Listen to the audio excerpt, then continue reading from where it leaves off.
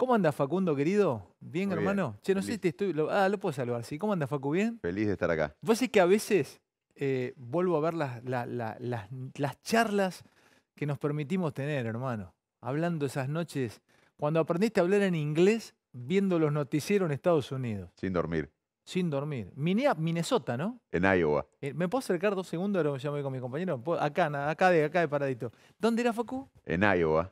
Iowa. Yo iba al hospital a la mañana y ahí trabajaba todo el día, no entendía Pero yo mucho. no puedo creer eso. ¿En serio me decís Y a la noche veía y pero ponía... porque no hablabas inglés? No, por suerte Nada. aprendí castellano en Salta. ¿Y qué? Pero ¿y cómo No, empezaste porque yo en la facultad investigaba con el profesor Masiti y publiqué varios papers científicos allá en en Iowa? Estados Unidos, en el mundo internacional. Entonces, como Sí. estudiante yo ya tenía varias publicaciones científicas y después me becaron. Vos te Pero a fuiste veces hablar no es lo mismo que escribir, vos ya por supuesto, te fuiste como médico allá. ¿sí? Como ¿Qué edad médico. tenías vos?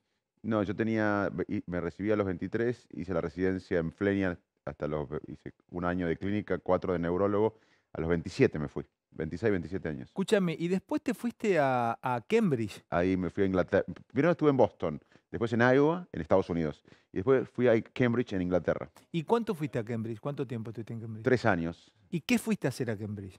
Fui a investigar, fui a trabajar como neurólogo en el hospital, a hacer investigación, ¿Qué investigabas en Cambridge? la toma de decisiones humanas, cómo el lóbulo frontal, esta parte del cerebro, es clave para la toma de decisiones y cómo funciona la decisión humana. Y eso fue mi doctorado. Ahí hice el doctorado en Cambridge. Pero ¿Usaste el lóbulo para decidir o no? pero pará, es interesante, te dan el doctorado, no me dice en ciencias o en neurociencias, dice en filosofía. ¿Por qué? Porque Cambridge tiene 1000 años. Contarle al profe Iñaki, a todos mis compañeros, se va a No, que emocionar. yo Escuchá tengo... quién estudió ahí. Darwin. Está- Y Newton.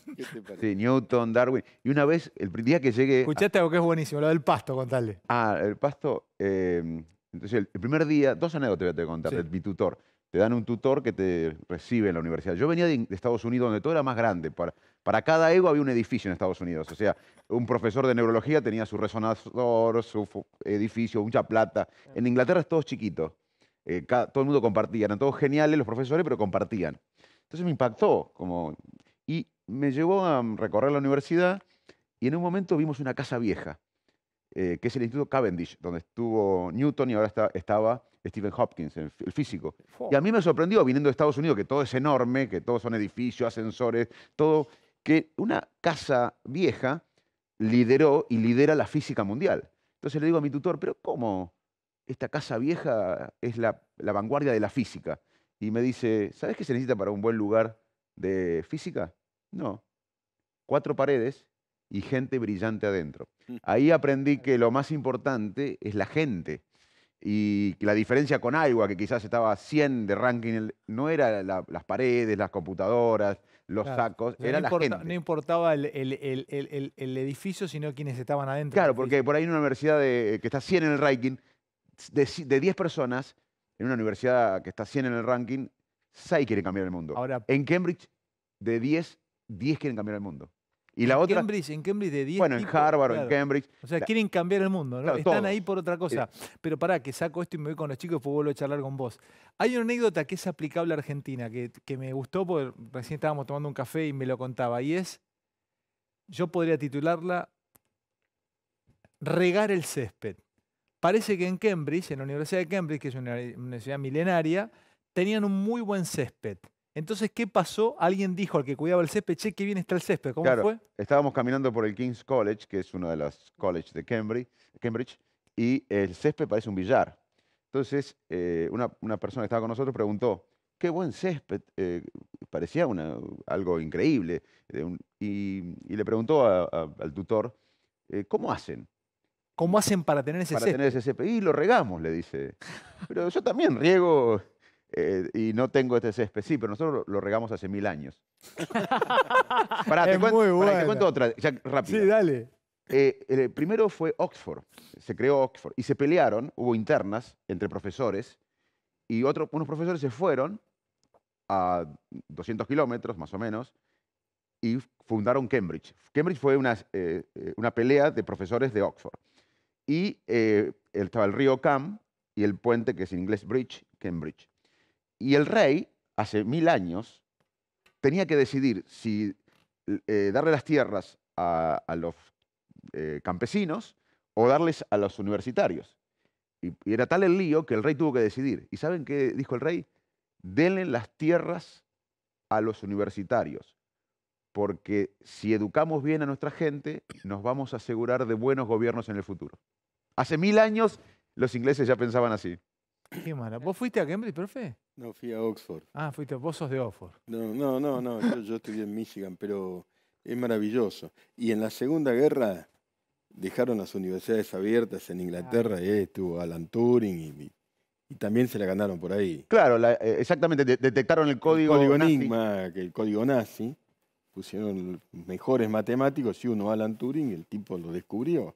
Le anticipaban las maniobras a los nazis, pero es la educación, es tan simple como eso. Y el esfuerzo, ¿no? por la inteligencia. Eso es lo que dice el profe, el esfuerzo.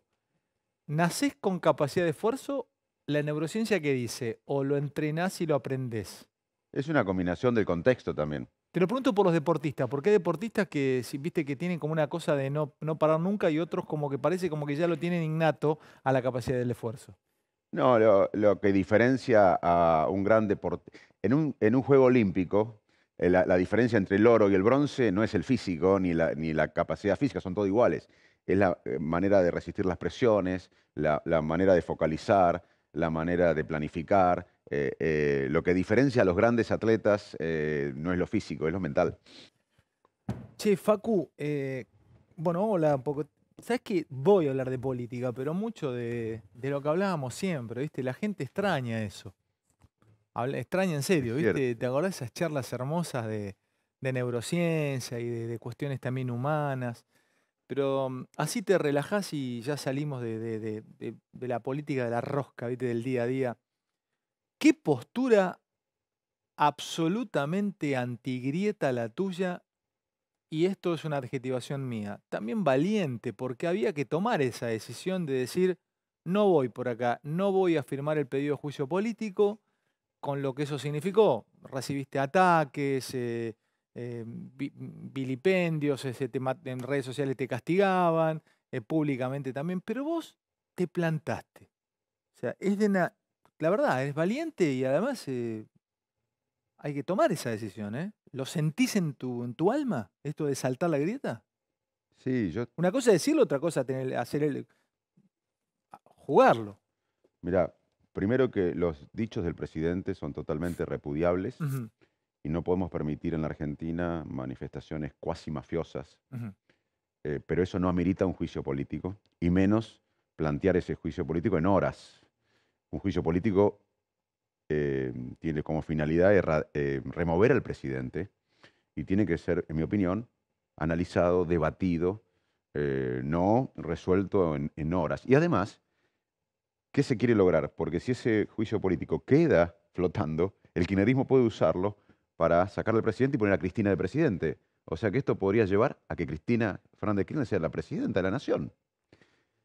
Ahora, vos me planteaste el tema de la grieta. Yo creo que la grieta es un tema económico, es un tema de prosperidad, no es un tema político solamente. En la Argentina tenemos un problema, que tenemos una minoría intensa, que es el kirchnerismo, destructiva. Es una minoría, no es tan grande como parece, cada vez es menor, pero es una minoría destructiva, intensa, muy intensa, que genera otra reacción de otra minoría intensa, extrema. Y el desafío, si queremos desarrollarnos, ser más ricos, más prósperos, que los chicos no se vayan, tener una república próspera, es salir por arriba de esta dinámica. Entonces, si nosotros nos O sea, dejamos llevar por estas... las dos minorías se pelean, y destruyen el país. hacen ruido y se pelean. Y existen una por otra. Entonces, entra ahí, existe una minoría por la otra, claro, se retroalimenta. y el país no tiene cooperación. Hay a vos que te gustan las neurociencias y la ciencia, hay un juego que se imagina que hay una aldea y hay una pradera. Y bueno, muchos pueden dejar las ovejas ahí para que pastoreen, pero si todos van a esa pradera y pastorean las ovejas ahí, en un momento se acaba. Entonces, ¿qué pueden hacer la gente? Pensar en una cooperación y ir a otros lados y mantener la pradera bastante útil por varios años. En la Argentina no hay cooperación. Viene un gobierno, le deja una bomba a uno, viene otro, le deja la bomba a otro. Entonces, la falta de cooperación nos está llevando a este desastre, a este declive que decía Javier. Y es producto de las dos minorías intensas. La Argentina tuvo, Alejandro, en los últimos meses el riesgo país de Ucrania. Ucrania es un país devastado por la guerra, con bombas, sin la maquinaria productiva funcionando, casi sin exportaciones. Acá no hay ninguna guerra. ¿Por qué? Por esta grieta. O sea, tenemos que salir por arriba de estas dos minorías políticas intensas, extremas, que nos llevan cada vez a más pobreza y desigualdad. A ver, también te pregunto esto, ¿no? Porque lo venía pensando en la charla y es, vos sos médico, sos investigador, sos neurólogo, abrís el departamento de neurociencias, la neurociencia en algún punto entra a la Argentina por tu equipo, por tu gente. Yo fui a INECO y me metí allí y vi el departamento que tenías y cómo se trabaja. Entonces vos debés buscar una explicación desde tu ciencia y desde tu conocimiento. El ser humano en sí es así, es un ser humano gregario en minorías y que esas minorías dominan a las mayorías. ¿Es una condición humana? Buen punto. Un amigo en Princeton, en la Universidad de Princeton, en New Jersey, estudia, ¿viste cuando ves cardúmenes o bandadas de pájaros y ves miles de pájaros que parecen una orquesta? Es muy Sí, armónico. sí, O ves cientos o miles de peces, sí, parecen como una armonía, van o juntos no, y es una orquesta. sí, van como una coreografía. Un amigo, un colega científico, estudia la dinámica de esos grupos. ¿Sabes cómo funciona eso? Muy convencidos, dos o tres animalitos, o pájaros, o pescados, muy convencidos, que llevan a la gran mayoría. Me jodés. La gran mayoría argentina no está representada por las dos minorías. Para andar despacio. No.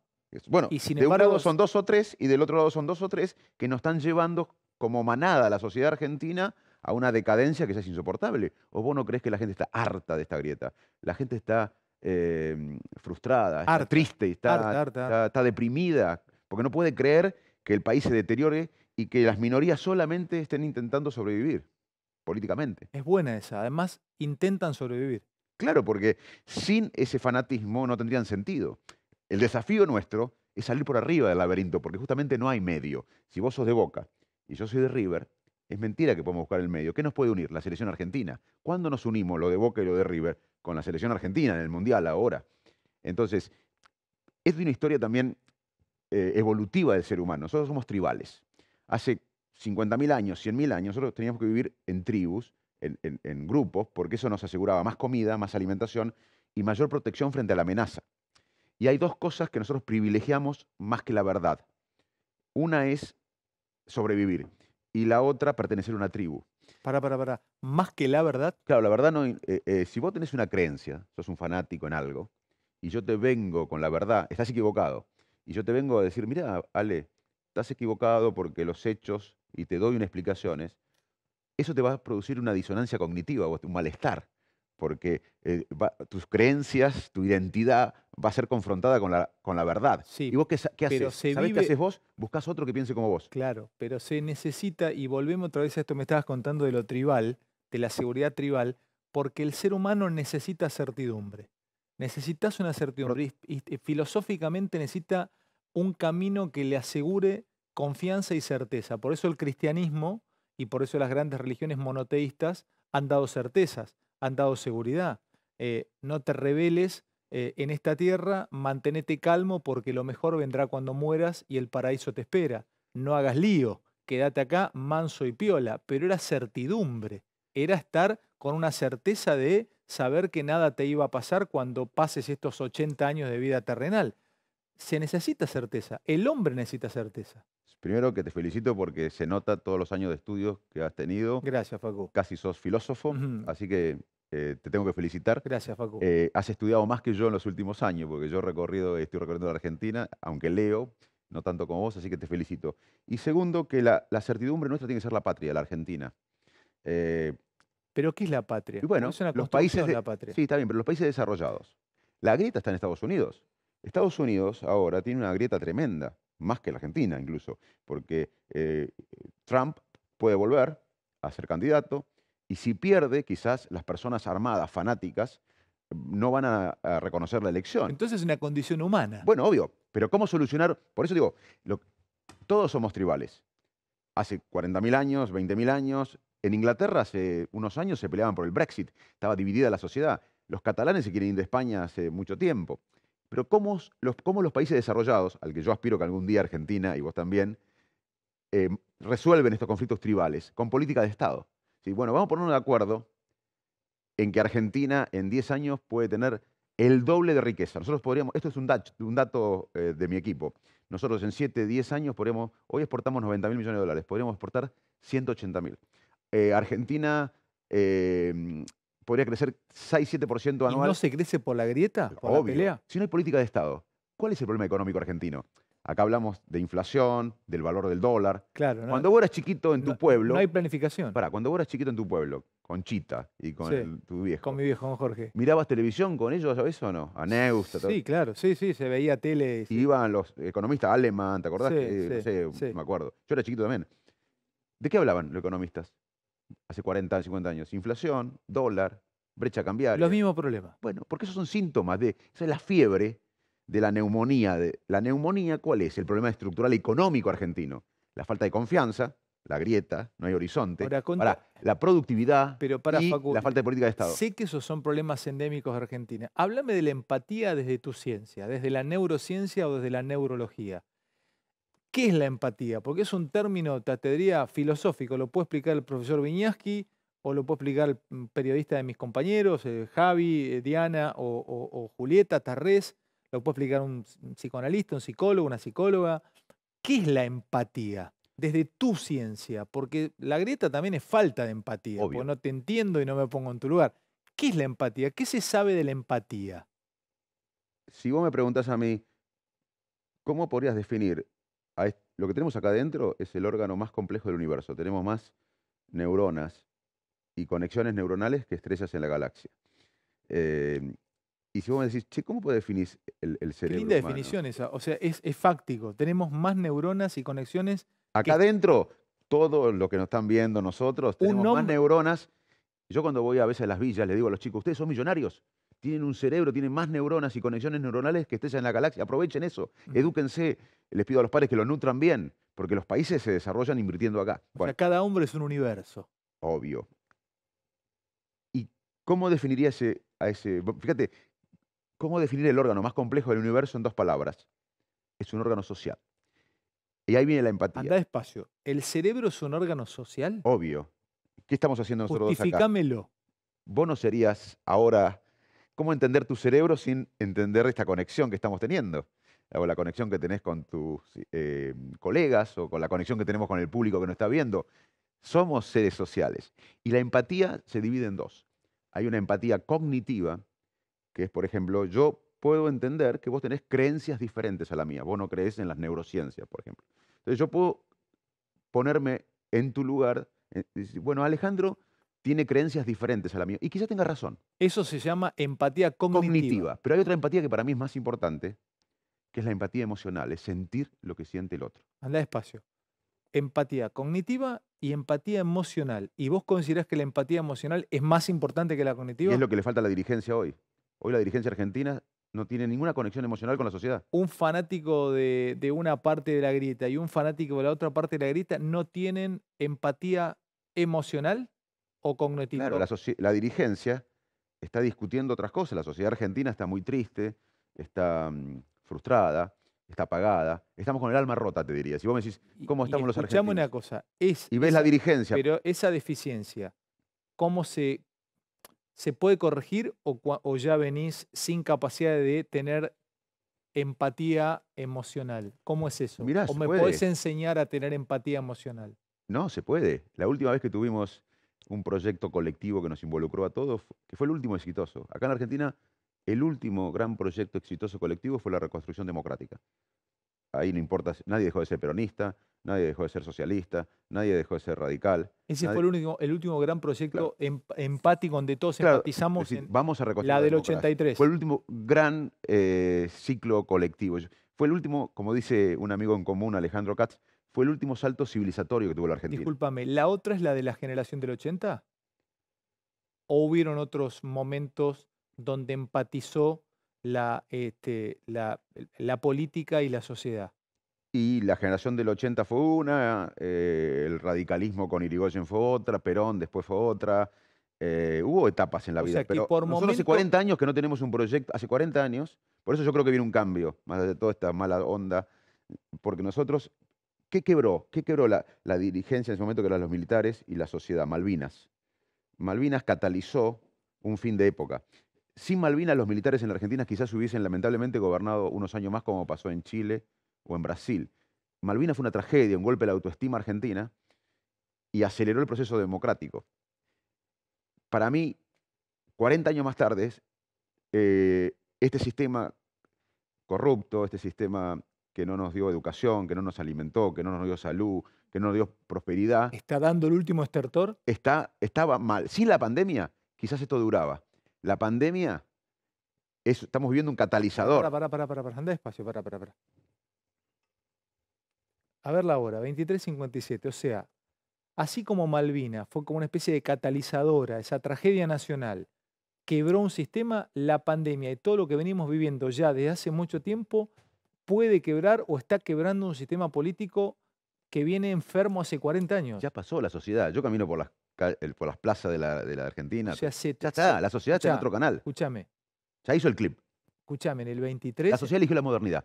Como en el 82, 83, la sociedad dijo, basta por de más que dictadura. escuchemos ruido en redes y Claro, todo, todo eso es mírame, para... ¿en serio me Obvio, decís? ya está. La Argentina eligió, en el 82, 83, la sociedad dijo, basta de las dictaduras. Basta de resolver los conflictos políticos, sociales y económicos con violencia. Y hace 40 años que fuimos exitosos en eso. Y eligió la libertad. Pero Pará. tomate el tiempo, Facu, estabas diciendo una cosa que Hoy, para hoy, pensar, o sea, que se terminó la época, se viene una nueva época. obvio, pero las pandemias, pero la sociedad argentina se dijo, basta la decadencia. Vamos a la modernidad. Estamos en el medio del proceso, por eso a veces no lo vemos, pero si ponemos un zoom, eso no quiere decir que no suframos, que no estemos tristes, que no tengamos dolor, pero ya la gente no banca más este sistema que desde la democracia hasta acá nos trajo solamente pobreza y desigualdad. Nos trajo democracia, eso fue bueno. Y si vos ves la historia de la humanidad, las pandemias siempre cambiaron la mentalidad de la época. La peste negra mató a 1/3 de la población, 1347, 1353. Y luego surge el Renacimiento. ¿Qué fue el Renacimiento? Algo positivo, que fue buscar el poder dentro de uno. Sin embargo, en la peste bubónica se salió mal. Hubo una matanza indiscriminada de catalanes, de clérigos, de mendigos, comunidades erradicadas. No nos sorprendemos con la guerra de Rusia y Ucrania. De las pandemias se sale distinto, mal o bien. Nosotros podemos salir peor, pero estamos trabajando para salir mejor. ¿Y cómo salimos mejor? Dejando de lado las minorías intensas destructivas que no permiten pensar el progreso. Por eso mi decisión. No es una decisión solamente que tenga que ver con una emoción. Ahora entiendo todo, ¿eh? Empecé a entender un montón de cosas tuyas. Y por eso me involucré. No, pero pará, por eso además la decisión de tener ese paso hacia la soledad, de votar una cosa en contra al resto y bancarte la que venga, porque tenés claro lo que viene. Pero no O sabés sea, la lo cantidad- viste, pero Facu. no sabés la cantidad Lo de- viste. No sabés la cantidad de diputados que después me llamaban y dicen, Facundo, estoy de acuerdo con vos, pero no, por la dinámica no me animé a hacerlo. Hay muchos, somos la mayoría. Las dos minorías destructivas de la Argentina son intensas, pero son minorías. La gran mayoría de la Argentina quiere prosperidad. Y en eso tenemos que trabajar todos. Acá todos tenemos que involucrarnos porque estamos en un fin de ciclo. La pandemia siempre en la historia de la humanidad cambió la mentalidad de la época. Nosotros hace décadas que vivimos viviendo en decadencia. Argentina tenía en el 75, 5% de pobres. Hoy tiene 50% de pobres. Argentina hace unas décadas tenía la mejor educación de América Latina. Hoy estamos al fondo de la tabla. Argentina tiene el ingreso per cápita pre-pandemia 10% más que en el 74, 50 años perdido económicamente. Es uno de los pocos países en el mundo que involuciona. La pandemia nos da la oportunidad de pensar en grande nuevamente. Pero eso se hace con empatía. Nos fusionamos millones de voces como en la democracia y encaramos la modernidad. Si hacemos eso no nos para nadie. Quiero aprovecharte y preguntarte otras cosas. Me hablaste del cerebro, órgano social. ¿Qué es la mente? ¿Hay diferencia entre mente y cerebro? Sí. A ver. El cerebro es la estructura de neuronas y conexiones neuronales. No salgamos todavía del cerebro, entra ahí. ¿El cerebro está totalmente investigado o hay partes? Te hablo de la percepción, por ejemplo. Vamos a hablar de un caso. Viste que el otro día leí un libro de física, en realidad una charla entre Krishnamurti, que es un conferencista de los años 1920, 1930, un hombre de India, Hare Krishna, que charlaba con un físico.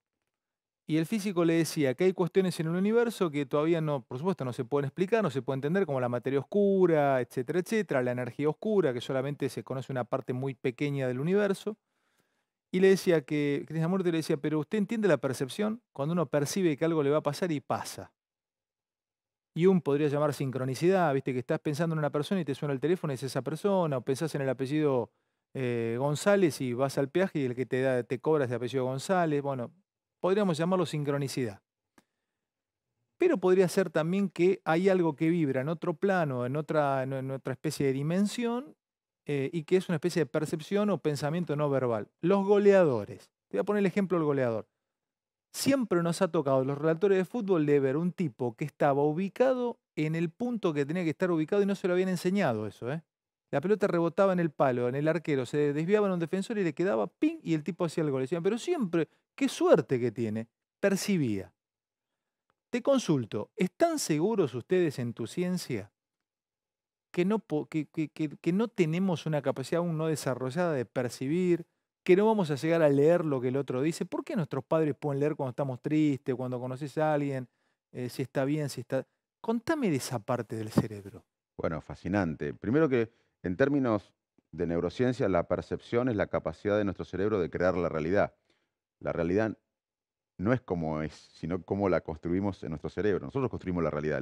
Nuestro cerebro construye la realidad. Vos estás viendo quizás una realidad diferente a la mía. Eso es muy kantiano. O Bueno, sea, con mis exactamente. anteojos Bueno, construyo la realidad. Sí, bueno, claro. Spinoza, Kant, Sí. muchos filósofos dijeron cosas que luego la ciencia confirmó. Que no accedo a la cosa en sí o a la realidad, sino que lo que puedo hacer es construir mi propia realidad. O sea, pero me pone la centralidad también, porque yo como ser humano estoy construyendo. No me es dada. No es que me viene dada por Dios y me está dada ahí. Está bien, está dada, pero yo accedo a lo que puedo acceder. Pero seguí. ¿Podría haber una parte del cerebro que perciba o que Lo que, presienta? bueno, lo Porque que vos se estás sabe, presintiendo. lo más parecido a lo que vos planteás, sacando a la interpretación de percepción de que tenemos los científicos, que es lo que te dije, de crear la realidad, es la intuición.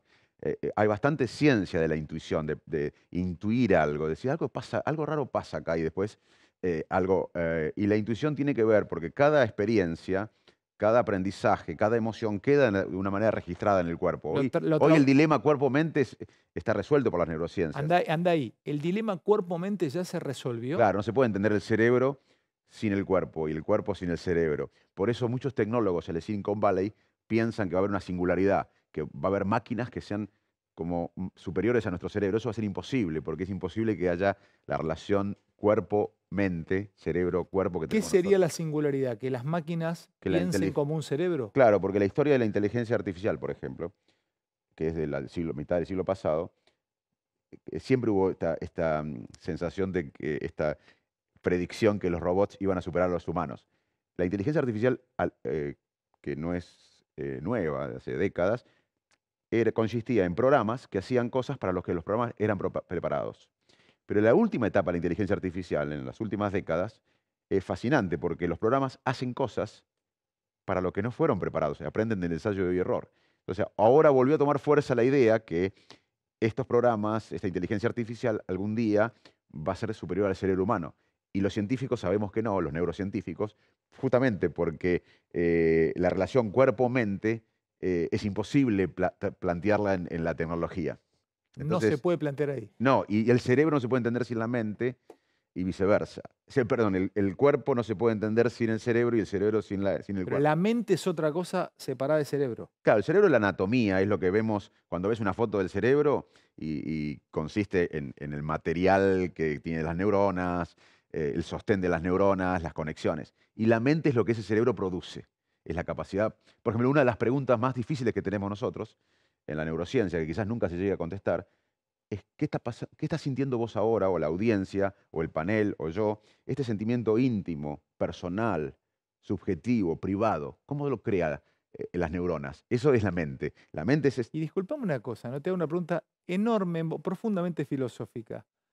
¿Vos crees que el alma está en el cerebro o el alma es el cerebro? Porque los escolásticos, pues no sé, Santo Tomás podría decir, hablaba del tratado de las pasiones del alma, o el alma. el alma. Para ellos el alma era, no sé, Aristóteles consideraba que el alma era lo que te daba la vida. O sea, era la esencia del hombre, cuerpo y alma. El cuerpo es la materia, el alma es lo que me hace ser hombre. Entonces te pregunto, porque vos me estás hablando de mente y cerebro. ¿El alma qué somos? ¿La mente o el cerebro? Más que el alma en sí. Alguien que es cristiano del otro lado, o católico o religioso, podría decir que el alma es lo que te da la vida y te lo da Dios. No sé, te El alma es pregunto. la mente. Me gusta esa definición. A ver. El alma es la mente. En términos científicos, El alma es la lo que la mente. literatura, los filósofos, No la el religión. cerebro, el alma es No, la el mente. cerebro es la estructura que genera esto que yo te estoy diciendo, el sentimiento personal, íntimo, subjetivo, que ahora yo no sé qué lo estás sintiendo vos. Placer. Y la gente, bueno, pero eso, Yo siento placer. cómo las Placer. neuronas, A mí me genera placer cómo esta tus charla. neuronas generan ese placer, eso es la mente. Cómo las neuronas es conexiones, el tejido neural, eso es el cerebro o el sistema nervioso. Ahora, cómo esas neuronas generan esta sensación en vos, eso es mente. Y no tenemos ni idea cómo se produce.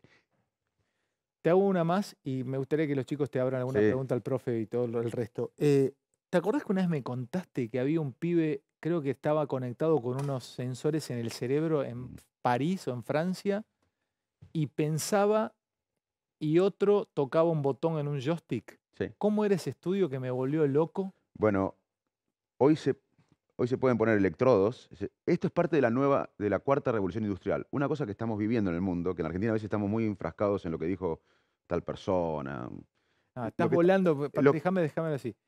Estás jugando otra liga, Facundo. Este es el momento donde jugás otra liga. No, pero nosotros antes de la Cuarta pandemia, revolución industrial, claro, dale. nosotros estamos antes de la pandemia, Nosotros estamos preocupados en el mundo está viviendo la cuarta revolución industrial, que a diferencia de las tres revoluciones anteriores, estamos preocupados por las vallas Y- y hay gente que se conecta por electrodos. Dale, bueno, por eso sí. es una lástima Dale. que no tengamos la autoestima de Argentina para Dale. pensar en grande. Bueno, las tres revoluciones industriales anteriores cambiaban lo que hacíamos, era el vapor, el petróleo, las comunicaciones, Internet. La cuarta revolución industrial que estamos viviendo, prepandemia, estamos viviendo y ahora se aceleró, la pandemia aceleró, todo cataliza la pandemia, es la fusión de lo físico, lo biológico y lo digital. Si vos me decís, ¿qué diferencia hay de la cuarta revolución industrial que estamos viviendo a las tres revoluciones industriales anteriores? Es que antes se cambiaban las cosas que fabricábamos. Ahora, esta revolución industrial nos está cambiando a nosotros. Y una de estas cosas, que es lo que vos dijiste recién, en inglés se llama Brain-Computer Interface o interfase cerebro-máquina. Hoy podemos registrar la actividad eléctrica de un pensamiento. Contame esa prueba, ¿cómo fue? ¿A un Bueno, pibe? imagínate que estaba en California, está una persona con electrodos jugando a un videogame donde tiene que en un momento tirar una bomba. Y tiene electrodos y en un momento piensa y decide ahora. Esa decisión, ese pensamiento, es fascinante, ese pensamiento tiene una actividad eléctrica peculiar, que es registrada por los electrodos y decodificada por un programa sofisticado. Se puede enviar por Wi-Fi a una persona que está en China y que tiene se llama un estimulador magnético transcraneal que activa la parte de la corteza cerebral que activa el brazo y el dedo índice. O sea, el tipo Y el otro que está en el otro lugar del mundo aprieta el botón a partir de la decisión del otro lado del continente. O sea, Oiga, el chino no hubiera querido apretar el botón y el pibe en Claro. California mandó bueno, inclusive esto se hace en animales, hay transmisión de estos ¿Esto pensamientos. se hizo? Ya está. Pero pará, en el mundo estamos viviendo... ¿Se pará, hizo? pero esto pasa Pero en la preguntame, bio... te pregunto, ¿se hizo? Sí, pero O sea, pará. transmitieron por Wi-Fi. Sí, pero la economía del mundo es esto. Hoy la economía del mundo, cuando hablamos de la sociedad del conocimiento, es esto, es biotecnología, bioeconomía, nanotecnología, que la semana pasada en la Cámara aprobamos una ley para fomentar esto, y nosotros discutiendo pavadas. ¿Te das cuenta? Entre tribus que no nos llevan a nada, nos lleva más pobreza. Como el cuervo Larro, que da la orden y aprieta el Kicillof, toca el botón. Bueno, entonces es una lástima que este país, que tiene un enorme Sí. potencial, esté atrapado en fanatismos. ¿Quieren? No sé quién arranca, Dianita. Sí, dale. Yo, con todo el conocimiento y la excelente entrevista que te está haciendo Alejandro, y también pienso en la Argentina, con 50% de pobres, problemas estructurales y demás. En esos dos niveles tan distintos, ¿cuánto nos falta a los argentinos para poder avanzar? Y si te tenés como demasiada fe para poder llevarlo adelante, si te elige el pueblo. El drama argentino lo conocemos todos, no voy a ahondar, ya lo dije, que es uno de los pocos países que involuciona. ¿Por qué soy optimista? si hacemos las cosas bien. No es, Gramsci decía, tengo el pesimismo de la inteligencia y el optimismo de la voluntad. Yo Bueno, tengo el optimismo de la voluntad, pero además tengo algunos datos para ser optimista de Argentina si haríamos las cosas bien. Argentina tiene un bonus demográfico, somos más jóvenes que viejos. Europa, por ejemplo, tiene una población envejecida, eso económicamente es muy importante. Por 10, bien. 15 años tenemos un bono demográfico. Argentina no tiene guerra de terrorismos, no tiene terrorismo, Europa tiene terrorismo. Argentina no tiene problemas raciales como tiene todavía Estados Unidos. Argentina no tiene problemas religiosos. Argentina tiene una cordillera igual que la de Chile, pero Chile experta 20 veces más.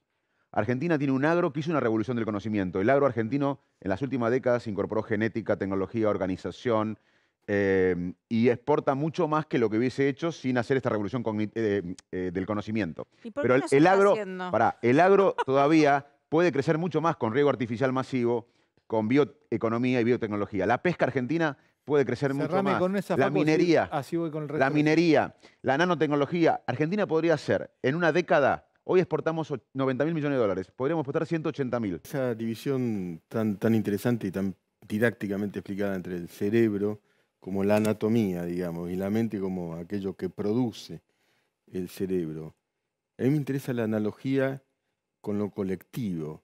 ¿Hay un cerebro colectivo argentino o una mentalidad en este momento, una mente, aquello que estamos produciendo que está intoxicado, que está dañado? ¿Y eso cómo se cura? Muy buena.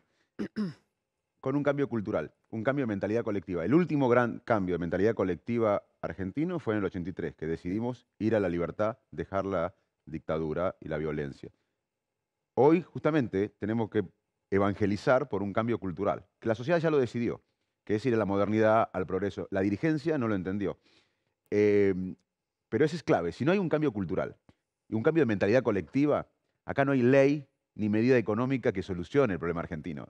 Y volviendo a lo de Diana, que tiene que ver con lo que decías vos, cuando a Nerú fue el arquitecto de la India moderna cuando se independizó de Inglaterra. Y empezó a invertir en todo esto. Hoy la India tiene hubs tecnológicos de primer mundo, más allá de todas las dificultades. Y los críticos le decían, pero Nerú, cuando él invertía en educación, en ciencia, tecnología, la India es demasiado pobre para invertir en esto. Y justamente él decía, justamente porque somos pobres no podemos darnos el lujo de no invertir en lo que nos va a sacar de la pobreza. Acá insólitamente muchos justifican pobreza para invertir en la solución de la pobreza, que es la tecnología, la educación, la nutrición infantil y el cambio de mentalidad colectiva. Y otro tema importante en Argentina es las instituciones. Los países fracasan por las instituciones débiles, corruptas o la justicia influida por el poder político. La diferencia entre República Dominicana y Haití, que es la misma isla. Sí. En uno es el país más pobre, uno de los países más pobres del mundo, Haití. Y República Dominicana no es primer mundo, pero está mejor. Son las instituciones. Las diferencias entre Costa Rica y Nicaragua son las instituciones. Estaba viendo tu cuenta de Instagram, tenés 833.000 seguidores. Pones cosas muy interesantes ahí, frases, cortes. Es Manes Facundo. Ahora, ¿cuánto te vas? Manes Facundo. Y también vas a contestar lo que te escriban. Sí, contestás? contesto yo. Está leyendo, está en este momento leyendo. Manes Si quieren, Facundo. Manes Facundo. A ver, empiecen a seguirlo a Facundo allí en su cuenta. Estaba leyendo, mira, tiene una cosa del cerebro ahí puesto. Bueno, Manes Facundo. Javi Calvo. Dale, querido amigo. Vos hablabas recién, Facundo, de las dos minorías intensas, destructivas del actual, que hace varios años que está, de la política, de la dirigencia política argentina. Vos estás más o menos cerca de una de esas minorías, por lo menos formás parte de la misma coalición. ¿Encontrás dentro de esa coalición, arrastrada por una minoría intensa, y en la otra coalición, también arrastrada por otra minoría intensa, encontrás puentes como para dar vuelta a la página? Porque la sensación es que esas minorías intensas siguen arrastrando a todos los demás al fondo del mar. Estas minorías intensas, en mi opinión, Javier, tienen una historia. En la Argentina, una minoría intensa se apropió del Estado para un partido político y la otra minoría intensa es el status quo conservador que no quiere que cambie nada. O sea que yo creo que el problema de Argentina también de estas minorías es histórico, que ahora lo vemos reflejados y somos muchos los que, la verdad, que yo recorro la Argentina planteando que la salida de Argentina es por arriba del laberinto. Y hay mucha gente que quiere esto. Yo creo que el año que viene se va a votar a favor, no en contra. Vos fíjate que en las últimas dos elecciones presidenciales, en el 2015 y el 2019, se votó en contra. ¿Qué fue Cambiemos? Fue una alianza para frenar el kirchnerismo, que había que hacerlo porque iban por todo después de 12 años de kirchnerismo. pero no hubo un proyecto país. Y así no fue. ¿Qué fue el Frente de Todos, el gobierno actual? Una alianza para ganarle al PRO, porque gobernó el PRO, no fue una coalición de gobierno. Y así les va, un desastre este gobierno. Entonces, me parece que el año que viene se va a votar a favor, la sociedad no va a votar en contra. Yo creo que la sociedad cambió. Y se va a votar lo nuevo frente a lo viejo. Yo creo que las prácticas de siempre, las fórmulas de siempre y los mismos de siempre van a quedar derrotados y estamos trabajando para eso. Así que hay millones de voces silentes que son mayorías. El asunto es representar esto, pero entre los colegas que están en la política, la mayoría quiere salir de estas... Por ahí muchos no se animan, pero bueno, hay que dar la patriada, porque si no, esto no sale. Esto, con las dos minorías que venimos soportando hace décadas, vamos a tener más decadencia, más pobreza, más desigualdad. Yo creo que yo soy optimista, porque la sociedad ya hizo un clip diciendo, basta, esto no va más. Te quiero decir, es impresionante. Primero que ya estás en 2.000 seguidores se te sumaron. No, gracias. 20 segundos. Es Tampoco increíble. justo. No, aparte, las críticas, buenas críticas tenés de tu mensaje. Rápido vendo, es Mane Facundo. Vendo porque no llegamos. Si llego con Juli después. Qué bárbaro, la gente. Reta desde Monte Hermoso. Andrés Albert Mucciuti, bueno, Franco Signoli, la gente, todos felices con tu mensaje, con tu discurso, con lo que decides, saltar la grieta, ir adelante. Pregunta Tarrés, ¿sabes qué es Tarrés, no? Sí. Son los inmortales de Jerjes. Se queda con tu corazón y tu alma después del corte. Mírame, prepárate, ¿eh? Sí, La largamos al final porque destruye. Destruye. Cierra Julieta Tarrés. Juliet. Facundo, al comienzo de la entrevista vos mencionaste que una explicación de la grieta, o si no es toda la explicación de la grieta, tiene que ver con la economía, quizás con la administración de la escasez. ¿Vos creés que si se resuelven los problemas económicos de fondo se puede cerrar la grieta? Yo creo que es al revés. La Argentina tiene problemas económicos estructurales, que son la falta de confianza, la falta de productividad, y eso es inversión en valor agregado, en conocimiento, en educación. Sí. Hoy los países en el mundo que quieren desarrollarse o desarrollados compiten por los sistemas educativos, tecnológicos y científicos. Y el tercer problema económico de la Argentina, además de la confianza y de la productividad, es la falta de política de Estado. Vos fíjate la inflación, que es un tema central. Vos tenés cómo la grieta influye en la falta de solución de inflación. Sí. Vienen los economistas liberales y te dicen que la inflación es por la emisión y por el déficit fiscal. No importa. Vienen los economistas ligados al peronismo y te dicen que la inflación es por la necesidad de divisa que necesita la Argentina para crecer. Al no haber un diagnóstico consensuado con política de Estado, el tratamiento de cada uno que llega al gobierno es diferente y así estamos. La grieta influye en la economía. Facu, cerrá vos, mirá, lo busqué ahí, último tuit que tiraron en redes sociales. ¿Cómo se llama esa chica? Estefanía. Estefanía, Facundo Lee en voz Manes, alto, ¿qué dice? Lee en voz alta, ¿qué puso? en ti confío, no me defraudes. Y yo le pido a Estefanía que se involucre en empatía.org, empatía.org, y le recuerdo a todos lo que decía el maestro Borges. Los argentinos tenemos el derecho y el deber de la esperanza.